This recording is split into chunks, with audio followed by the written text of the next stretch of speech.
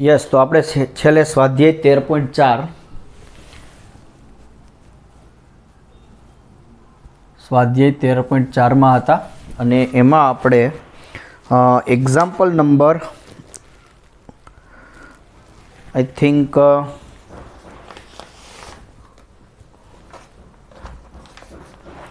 12ની ચર્ચા કરી હતી. હવે આપણે જોઈએ છીએ એક્ઝામ્પલ નંબર 13. એક્ઝામ્પલ નંબર 13 કંઈક છે આવી રીતે. ધારો કે x એ બે સમતોલ પાસાઓને ઉછાળતા, એક્ઝામ્પલ નંબર 13, ધારો કે x એ બે સમતોલ પાસાને ઉછાળતા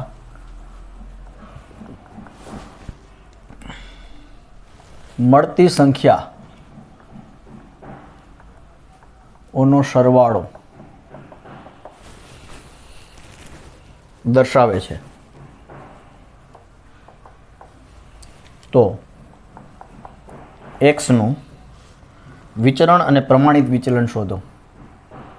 વિચરણ અને પ્રમાણિત વિચલન શોધો. યસ, તો સોલ્યુશન. હવે અહીંયા એક એક્સ યાદચ્છિક ચલ આપ્યો છે. યાદચ્છિક ચલ છે બે સમતોલ પાસાને ઉછાળવામાં આવે છે અને પાસાને ઉછાળતા બંને પાસા ઉપર જે અંકો મળે એનો સરવાળો કરવાનો અને જે સરવાળો આવે એ સંખ્યા દર્શાવે છે. તો તેમનું વિચરણ અને પ્રમાણિત વિચલન શોધવાનું છે. તો વિચરણ અને પ્રમાણિત વિચલન શોધવા માટે તમારે એનું જે યાદચ્છિક ચલ x છે એનું સંભાવના વિતરણ મેળવવું પડશે પહેલાં. તો પહેલાં આપણે એનું સંભાવના વિતરણ મેળવીએ અને પછી આપણે વિચરણ અને પ્રમાણિત વિચલન ફાઇન્ડ કરીએ. તો પહેલાં તો બે સમતોલ પાસાને ઉછાળતા મળતો નિદર્શાવકાશ. આ નિદર્શાવકાશ શું થશે? તો કે s બરાબર 1 1, એટલે કે પહેલા પાસા ઉપર 1 હોય ત્યારે બીજા ઉપર 1 થી 6, પહેલા ઉપર 2 હોય ત્યારે બીજા પર 1 થી 6. તો એ બધા ઘટકો જો લખું તો 1 1 1 2, આને તમે 1 2 3 4 5 6 ક્રોસ 1 2 3 4 5 6 પણ લખી શકો, પણ મારે અહીંયા એક ખાસ કામ છે એટલે હું આ 36 ઘટકો લખીશ. 1 3 1 4 1 5 અને 1 6. 2 1 2 2 2 3 2 4 2 5 2 6. 3 1 3 2 3 3 3 4 3 5 3 6. 4 1 4 2 4 3 4 4 4 5 4 6.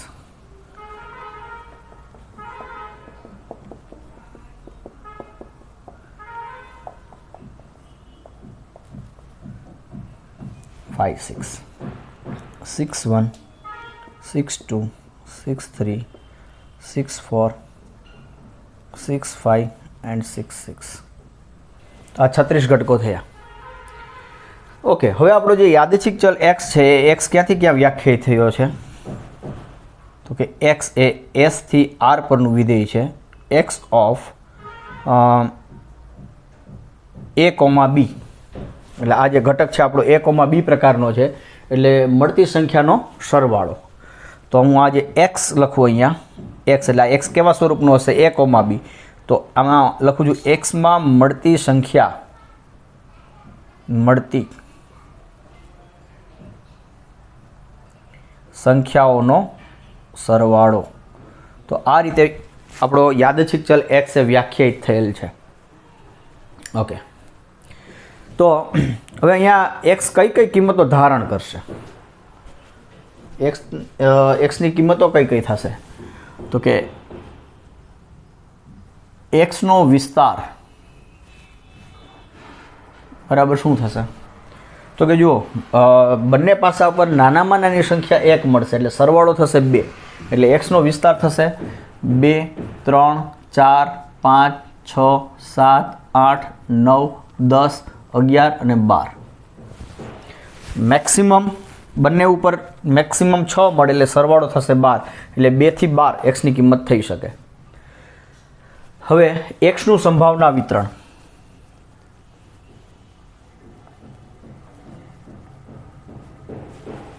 અહીંયા એક્સની કિંમતો અને અહીંયા પી એક્સ. એક્સની કિંમત 2, 3, 4, 5, 6, 7, 8, 9, 10, 11 અને 12. તો એક્સ 2 કિંમત ધારણ કરે તેની સંભાવના કેટલી?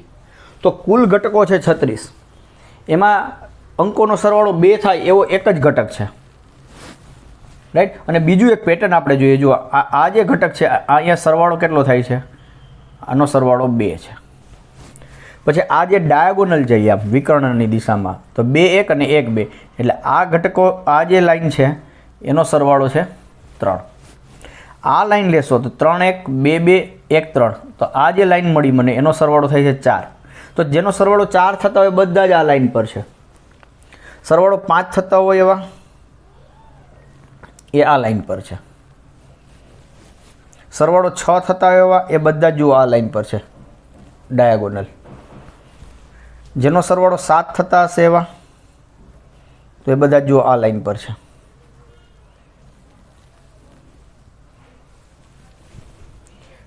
આ 6 2 5 3 4 આ જે બધા છે એમનો સરવાળો 8 થાય છે.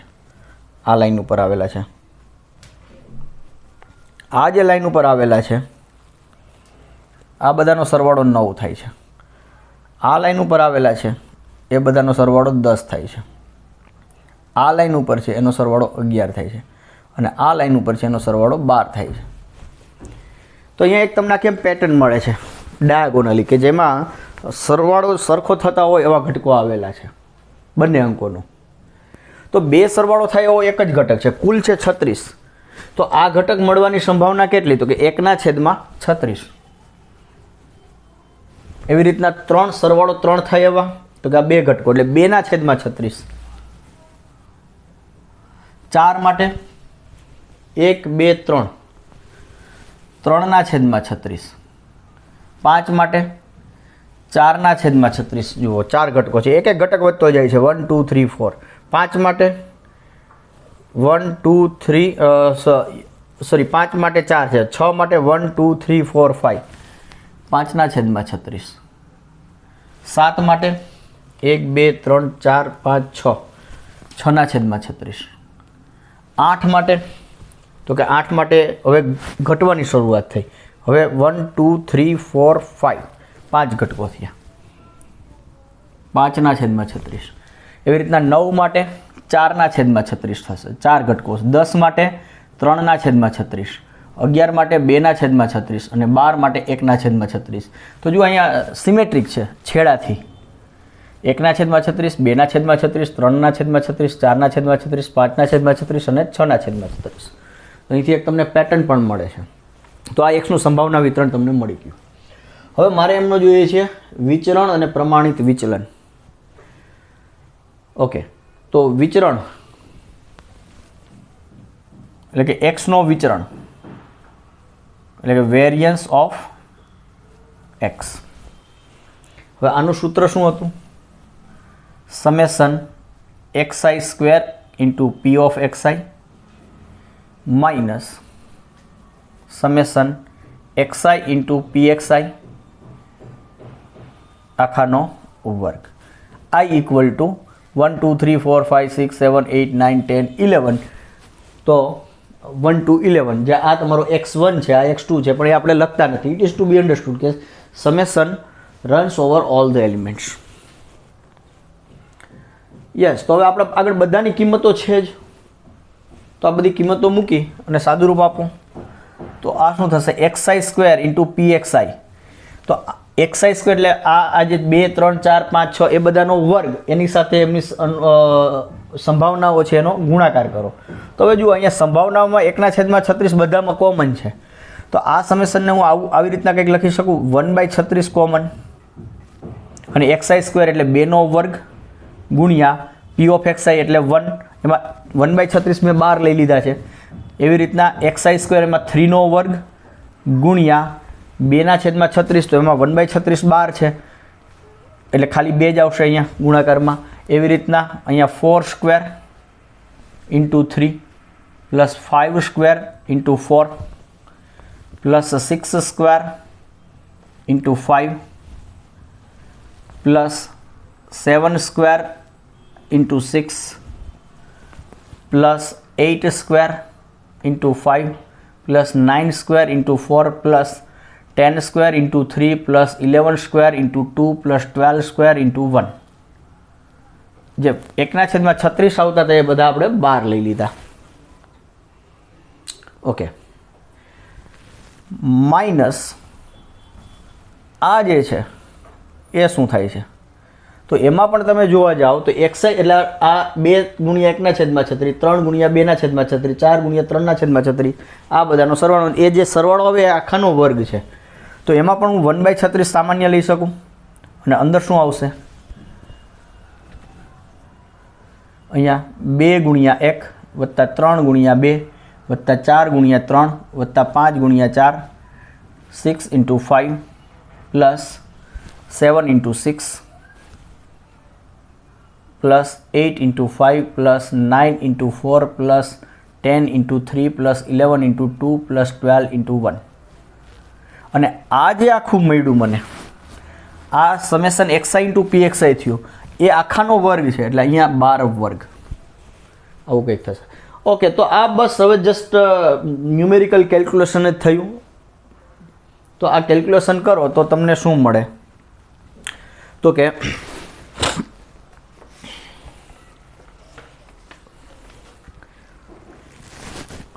આ તમને મળશે 1/36 અને આ જે મળશે આ મેં ગણતરી કરી છે, થોડોક ટાઈમ બચાવવા હું ડાયરેક્ટ લખું તો આ 1974 થશે માઇનસ 1/36નો વર્ગ એટલે 1/36નો વર્ગ અને આ જે ગણતરી થાય છે એ થશે 256 એટલે કે આવું કંઈક 1/36 અને આ છે 256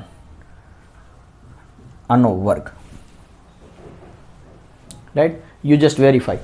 આ જે આખું જે છે આ જે કાઉન્સ છે આ ગણતરી થાય છે 1974, આ 1/36 એમ નમ, અને આ જે કાઉન્સની જે ગણતરી છે એ થશે 256 અને એ આખાનો વર્ગ.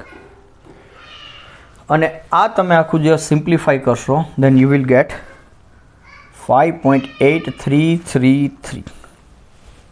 આનો જવાબ મળશે એ તમને આ મળશે. મતલબ કે વેરિયન્સ ઓફ એક્સ મળે છે 5.8333. આ તમે ભાગાકાર કેલ્સીનો યુઝ કરીને પણ તમે કરી શકો. ઓકે, તો હવે બીજું તમને પૂછ્યું છે પ્રમાણિત વિચલન.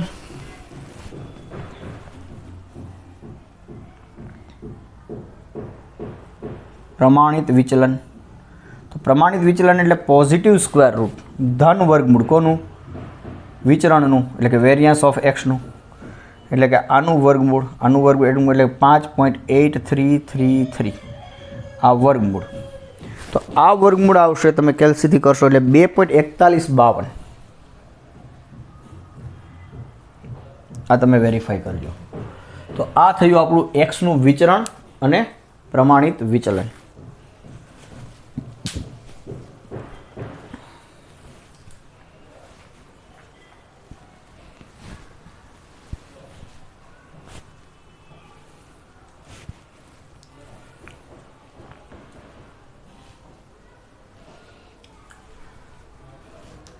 તો આ તો તમારો એક્ઝામ્પલ નંબર 13. હવે નેક્સ્ટ જોઈએ એક્ઝામ્પલ નંબર 14.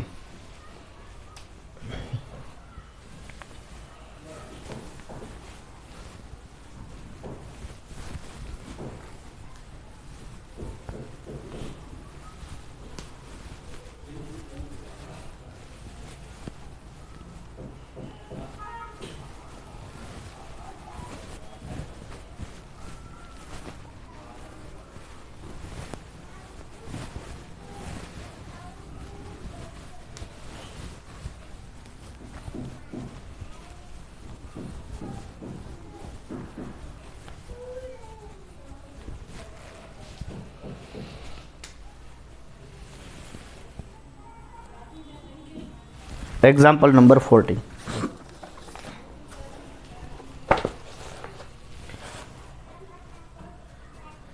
એક વર્ગમાં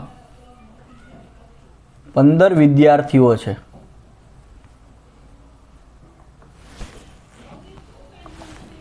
તેમની વય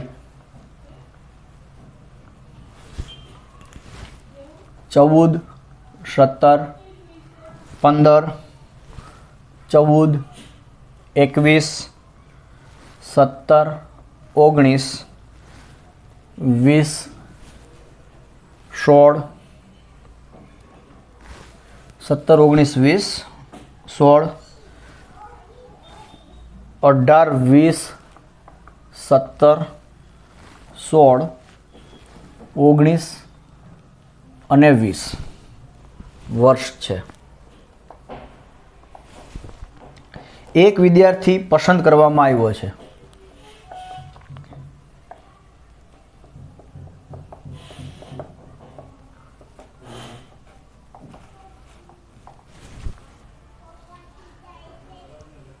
પ્રત્યેક વિદ્યાર્થી પસંદ થવાની સમાન સંભાવના હતી.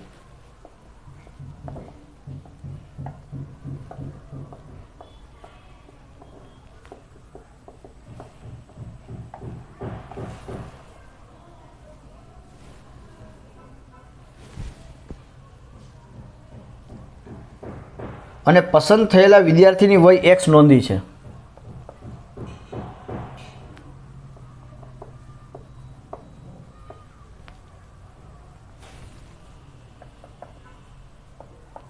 વય નોંધી છે. યાદચ્છિક ચલ x નું સંભાવના વિતરણ શું છે?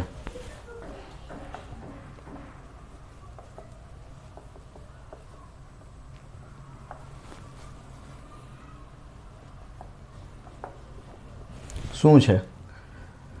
x નો મધ્યક, વિચરણ અને પ્રમાણિત વિચલન શોધો. x નો મધ્યક, વિચરણ અને પ્રમાણિત વિચલન શોધો. યસ, તો અહીંયા તમને જે ડેટા આપ્યો છે કે 15 વિદ્યાર્થીઓની વય આપી છે, આ પ્રમાણે છે કંઈક. હવે એક વિદ્યાર્થી પસંદ કરવામાં આવે છે અને એની વય નોંધવામાં આવે છે, અને પસંદ કરે છે એ દરેક કોઈ પણ વિદ્યાર્થી પસંદ કરવાની સંભાવના સરખી છે એવું આપે છે. પ્રત્યેક વિદ્યાર્થી પસંદ થવાની સંભાવના સમાન છે. તો પસંદ થયેલ વિદ્યાર્થીની વય નોંધી છે, અને યાદચ્છિક ચલ x શું બતાવશે? તો કે પસંદ થયેલ વિદ્યાર્થીની વય, તો એમનું સંભાવના વિતરણ શોધવાનું છે. અને એ જે યાદચ્છિક ચલ x મળે છે કે x એટલે કે પસંદ થયેલ વિદ્યાર્થીની વય, તો એમનું મધ્યક, વિચરણ અને વિચલન શોધો. તો પહેલાં તો અહીંયા મારે x કઈ કઈ કિંમતો ધારણ કરશે એ શોધવું પડશે. તો હવે આમાં જોવા જઈએ તો 14, 17, 15, 14, 21, 17, 19, 20, 16 એ પ્રમાણેની વય છે. તો નાનામાં નાની વય જોતાં એવું લાગે છે કે 14 છે, અને મોટામાં મોટી વય જોતાં લાગે છે 21 છે. તો એમાં કઈ વયના કેટલા વિદ્યાર્થીઓ છે એ આપણે પહેલાં તો અલગ જોઈ લઈએ. તો કે અહીંયા વય અને અહીંયા વિદ્યાર્થીઓની સંખ્યા. તો વય કઈ છે? 14, 15, 16, 17, 18, 19 અને 20 અને 21. 14 વર્ષના કેટલા છે આપણે ગણવા માટે જોઈ લઈએ. તો આ 1, 2, બસ 14 વર્ષના 2 વિદ્યાર્થીઓ છે. 15 વર્ષના એક કામ કરીએ તો આપણે આડું જ લખી નાખીએ, એટલે કે x. x શું આવશે? x બરાબર શું દર્શાવશે? તો કે વિદ્યાર્થીની વય. તો અહીંયા x ની કઈ કઈ કિંમતો થશે? 14, 15, 16, 17, 18, 19, 20 અને 21. અહીંયા વિદ્યાર્થીની સંખ્યા.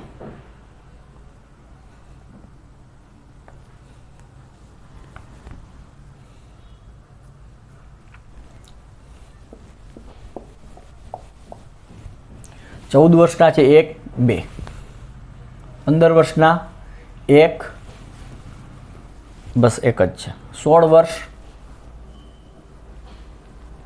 1 2, 17 વર્ષના 1 2 3, 18 વર્ષ 1, યસ એક જ છે. 19 વર્ષ 1 2, 20 વર્ષ 1 2 3 અને 21 વર્ષ 1. તો ટોટલ આપણા 15 થઈ જાય છે. Latest check. 2 ને 1 3 ને 2 5 ને 3 8 9 10 11 12 13 14 ને 15. યસ, તો આ 15 થઈ ગયા ટોટલ. તો આ તમને એક ડિસ્ટ્રીબ્યુશન મળી ગયું કે કઈ વયના કેટલા વિદ્યાર્થીઓ છે. હવે આપણે આમનું સંભાવના વિતરણ શોધીએ એક્સનું. તો કે એક્સનું સંભાવના વિતરણ.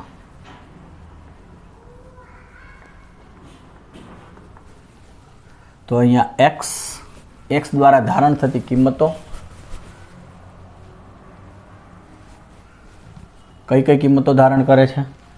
14 15 16 17 18 19 20 અને 21. અને અહીંયા આવશે આપણે પીએક્સ સંભાવનાઓ કે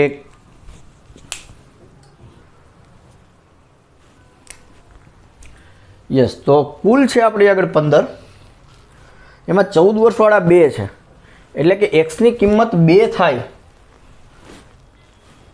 વિદ્યાર્થીની વય એટલે એક્સની કિંમત 2 થાય, 2 મળે.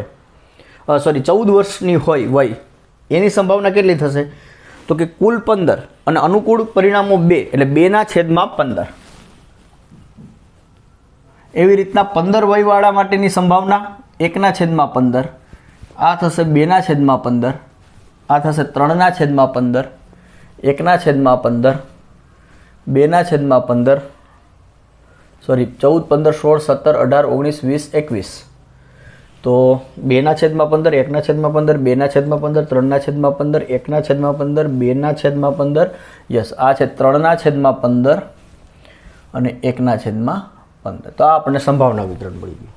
યસ, હવે આપણી આગળ ડાયરેક્ટ ફોર્મ્યુલા છે. હવે મારે પહેલાં જોઈએ છે એક્સનો મધ્યક. તો કે એક્સનો મધ્યક એટલે કે ઈ એક્સ બરાબર શું થશે? એક્સનો મધ્યક.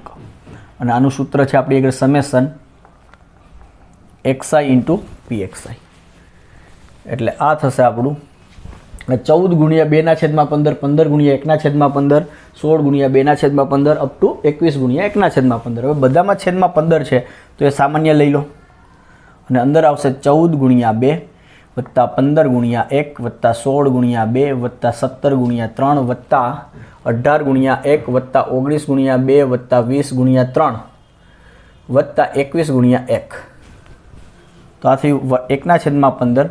14 2 28 15 1 15 16 2 32 17 તેરી 51 18 1 18 19 2 38 20 તેરી 60 અને 21 1 21. રાઈટ. તો હવે આ બધાનો તમે સરવાળો કરશો તો એ સરવાળો મને મળે છે 263. 263 બાય 15 કરશો તો એ મળે છે 17.533. આ તમે કેલ્સીમાં કરી શકો. તો આમ એક્સનો મધ્યક મળ્યો તમને 17.533. તો હવે મારે આ સ્પેસનો યુઝ કરવો છે એટલે અહીંયા હું લખી નાખું છું 17.533. એટલે આ ગણતરી આપણે જવા દઈ શકીએ. આ મને મળી ગયો એક્સનો મધ્યક. યસ. નેક્સ્ટ મારે જોઈએ છીએ વિચરણ એટલે કે વેરિયાન્સ ઓફ એક્સ એટલે કે એક્સનો વિચરણ.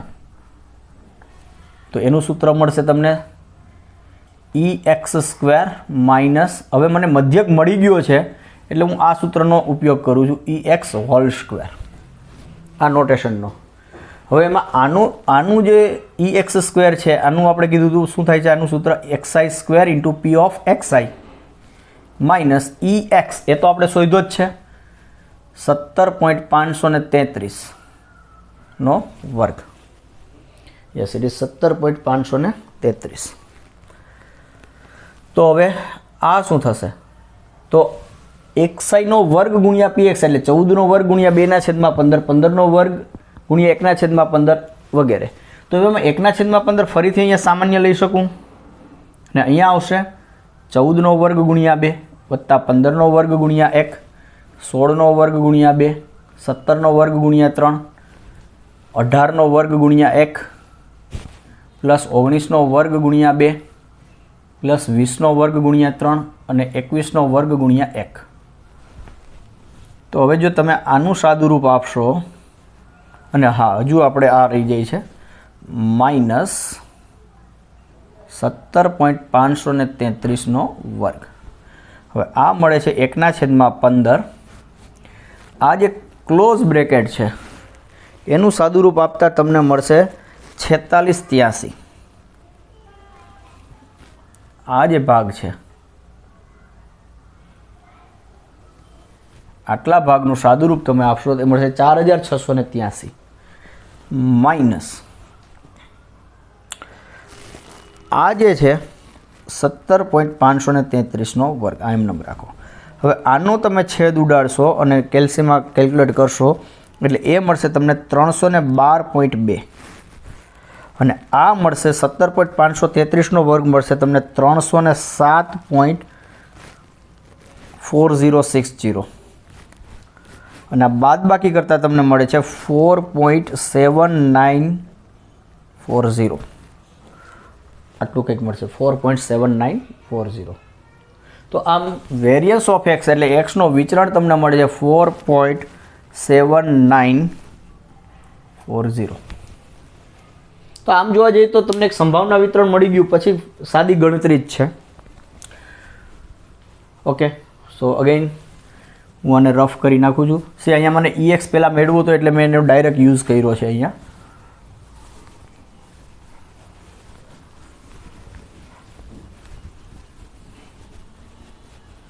યસ હવે મારે જોઈએ છે પ્રમાણિત વિચલન. એક્સનું પ્રમાણિત વિચલન બરાબર શું થશે? વેરિયાન્સ ઓફ એક્સ એટલે કે વિચરણનું ધન વર્ગમૂળ એટલે કે વર્ગમૂળમાં 4.7940 અને આ કેલ્સીમાં કરતાં તમને મળશે 2.189 સમથિંગ અને જો આને તમે રાઉન્ડ અપ કરો તો 2.9 છે તો એક અહીંયા ઉમેરી દો 2.19. તો એક્સનું પ્રમાણિત વિચલન થશે 2.19.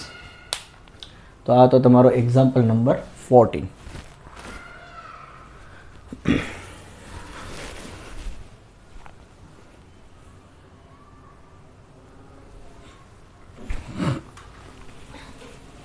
હવે જોઈએ એક્ઝામ્પલ નંબર 15.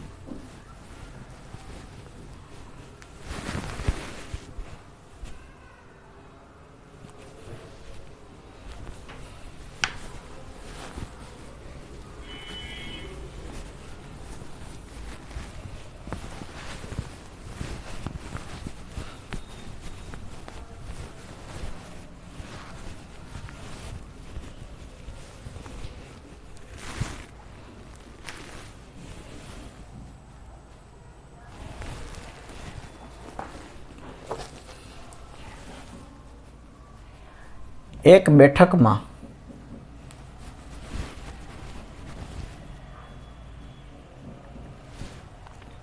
એક નિશ્ચિત દરખાસ્તની તરફેણમાં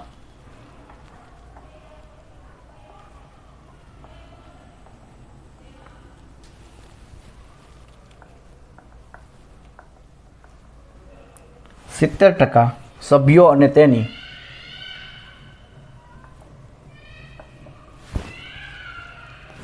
તેની વિરોધમાં 30% સભ્યો છે.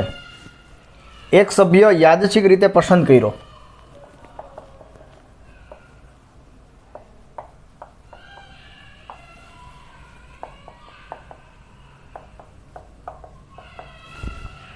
કર્યો.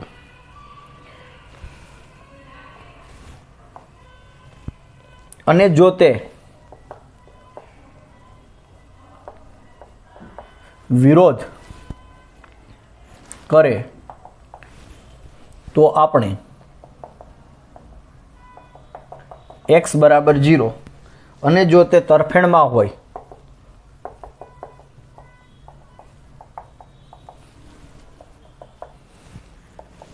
તો x બરાબર 1 લઈએ. ex અને વેરિયન્સ ઓફ x શોધો. યસ, તો પ્રોબ્લેમ બહુ સરળ છે. સોલ્યુશન. હવે એક બેઠકમાં કોઈ દરખાસ્ત મૂકવામાં આવી છે, એમાં 70% સભ્યો તેની તરફેણમાં એટલે કે એને મંજૂર છે દરખાસ્ત, અને 30% સભ્યો એના વિરોધમાં છે.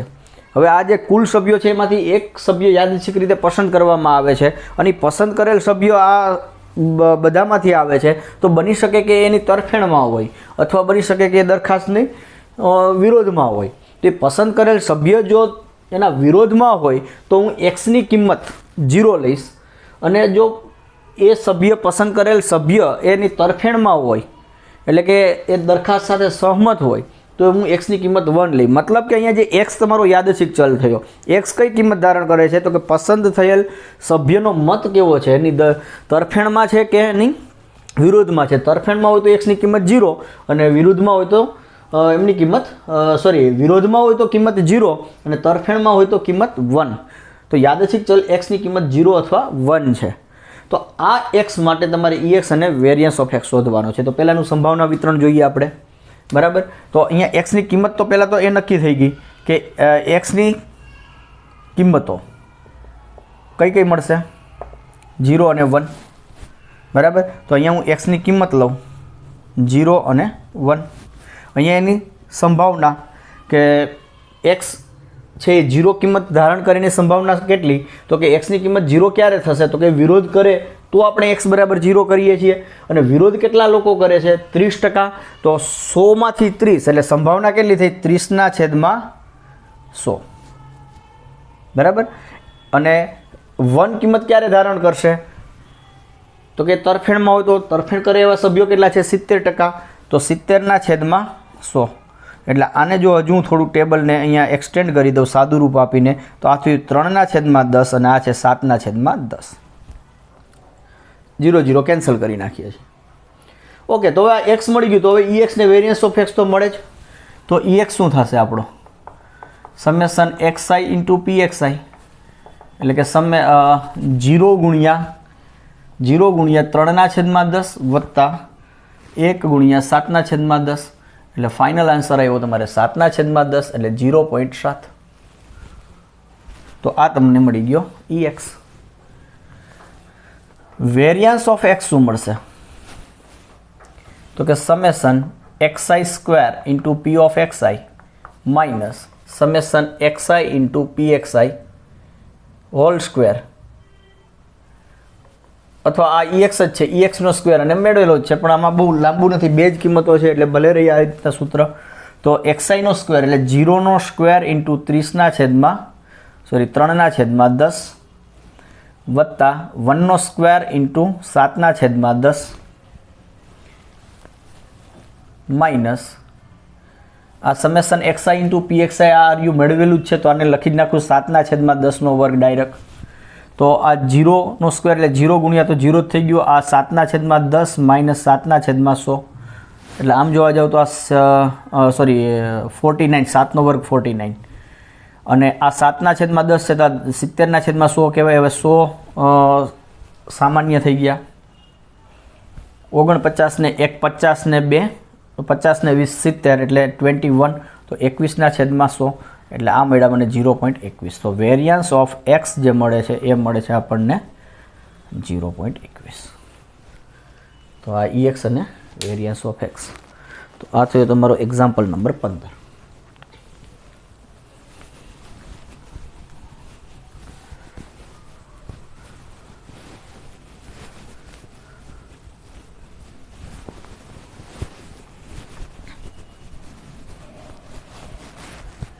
નાવ એક્ઝામ્પલ નંબર 16.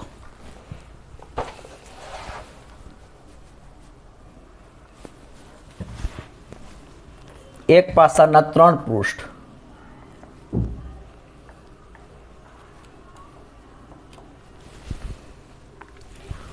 પર 1, 2 પૃષ્ઠ પર 2 અને 1 પૃષ્ઠ પર 5 અંકિત હોય તો તેને ઉછાળતા મળતી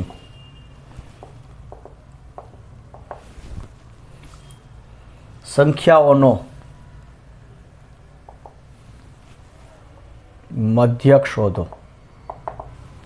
ઓકે, તો અહીંયા પાસો છે એ આપણો, અને સોરી આ MCQ છે અને આના ઓપ્શન્સ પણ આપ્યા છે. આ તમારો MCQ છે અને એના ઓપ્શન્સ છે એ 1, B2, C5 અને D છે તમારે 8/3. તો અહીંયા જે પાસો આપ્યો છે એમાં 1 2 3 4 5 6 એવું નથી આપ્યું, પણ એ શું આપ્યું છે કે 3 પૃષ્ઠ પર 3 બાજુ ઉપર 1 છે, એટલે 3 બાજુ ઉપર 1 છે, 2 પૃષ્ઠ પર 2 છે અને 1 પૃષ્ઠ પર 5 છે, એટલે પાસા ઉપર આવી સંખ્યાઓ આવેલી છે. તો તેને ઉછાળતા મળતી સંખ્યાનો મધ્યક શોધો. મળતી સંખ્યા એટલે કે કઈ કઈ મળશે કે 1 2 અને 5 આમાંથી જ મળવાનો છે. એટલે યાદચ્છિક ચલ કયો થયો તમારો? યાદચ્છિક ચલની કિંમત થઈ 1 અથવા 2 અથવા 5. એટલે ધારો કે x એ પાસો ઉછાળતા મળતી સંખ્યા દર્શાવે છે. તો આ x ની કઈ કઈ કિંમતો મળશે મને? 1 અથવા 2 અથવા 5. હવે 1 મળવાની સંભાવના કેટલી છે? કુલ 6. તમે પાસો ફેંકશો તો 6 બાજુ હોય તો 6 માંથી કોઈ પણ એક બાજુ આવશે, પણ એમાંથી 3 બાજુ ઉપર 1 છે, એટલે 1 મળવાની સંભાવના 3/6, 2 મળવાની સંભાવના 2/6 અને 5 મળવાની સંભાવના 1/6. તો આ તમને px મળી ગયું. આ સંભાવના વિતરણ તો મળી ગયું. હવે આનો મારે મધ્યક શોધવાનો છે, તો ex શું થશે? ex બરાબર સમેશન xi ઇન્ટુ pxi, એટલે 1 ગુણ્યા 3/6 વત્તા 2 ગુણ્યા 2/6 વત્તા 5 ગુણ્યા 1/6. હવે 1/6 સામાન્ય, 3 વત્તા 4 વત્તા 5, 5 ને 4 9, 10 11 12, 12/6, એટલે આન્સર આવ્યો 2. સો ઓપ્શન બી ઇઝ કરેક્ટ. બરાબર. તો આ MCQ નંબર 16 હતો. નાવ MCQ નંબર 17.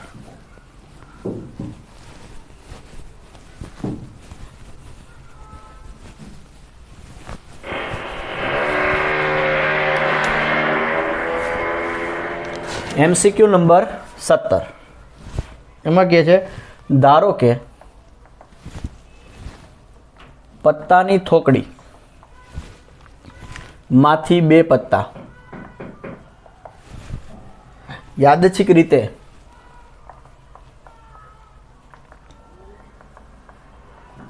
પસંદ કરવામાં આવે છે.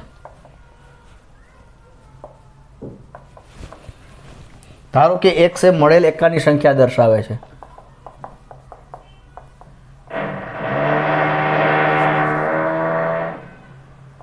મળેલ એકાની સંખ્યા દર્શાવે છે. તો ex નું મૂલ્ય ખાલી જગ્યા છે. અગેન ઓપ્શન્સ આપ્યા છે A, B, C અને D. 37/221, 5/13, 1/13 કે 2/13. યસ. તો ધારો કે પત્તાની થોકડીમાંથી 2 પત્તાની થોકડીમાં 52 પત્તા હોય, એમાં 2 પત્તા સિલેક્ટ કરવામાં આવે છે અને x તમને બતાવે છે એકાની સંખ્યા, અને 52માંથી 4 એકા હોય, તો x ની કિંમત કઈ થશે? તો x એ મળેલ એકાની સંખ્યા દર્શાવે છે. તો x ની કિંમતો કઈ કઈ થશે? તો કે x ની કિંમતો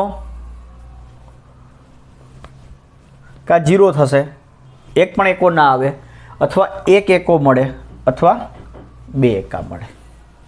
અને મારે શોધવાનું છે ex. તો અહીંયા મારે શોધવાનું થશે પી ઓફ એક્સ. હવે જો આ MCQ છે એટલે આનું જે EXનું જે સૂત્ર આવશે એ શું આવશે? Summation XI into PXI.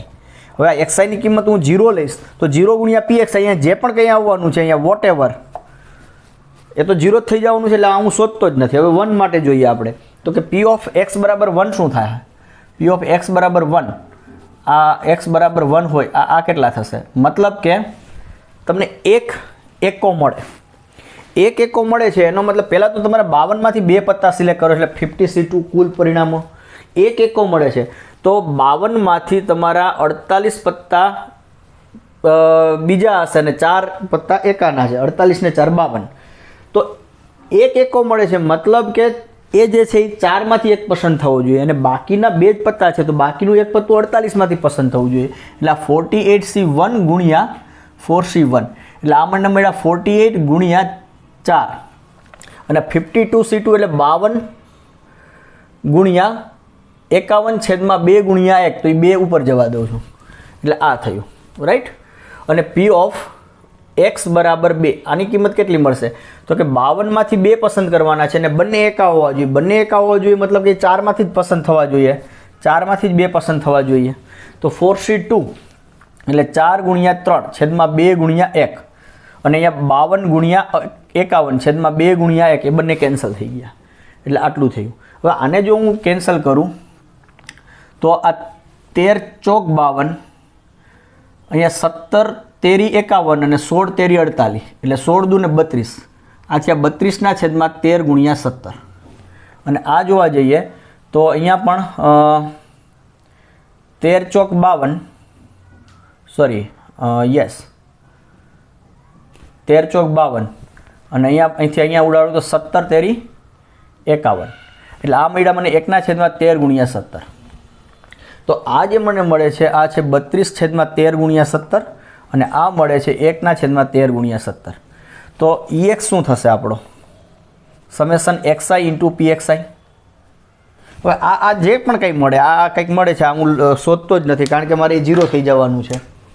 તો આ શું થશે? ધીસ 0 ગુણ્યા સ્ટાર પ્લસ 1 ગુણ્યા 32ના છેદમાં 13 ગુણ્યા 17 પ્લસ 2ના છેદમાં 13 ગુણ્યા 17. તો આ શું થઈ ગયું? 13 ગુણ્યા 17 સામાન્ય, 32 ને 2 34, 17 2 34 એટલે આન્સર એવો 2ના છેદમાં 13 અને તમારો ઓપ્શન છે ડી 2ના છેદમાં 13. તો આ હતો તમારો MCQ નંબર 17. તો આમ જોવા જઈએ તો આપણે હવે અહીંયા સ્વાધ્યાય 13.4 પૂરું થાય છે. હવે નેક્સ્ટ ટોપિક જે છે એ આપણે નેક્સ્ટ લેક્ચરમાં શરૂ કરશું અને આની આગળના જે સોલ્ડ પ્રોબ્લેમ્સ છે એ તમે જાતે સોલ્વ કરજો અને જે મને એવું લાગશે હું નેક્સ્ટ ટાઈમ કરાવીશ. Thank you.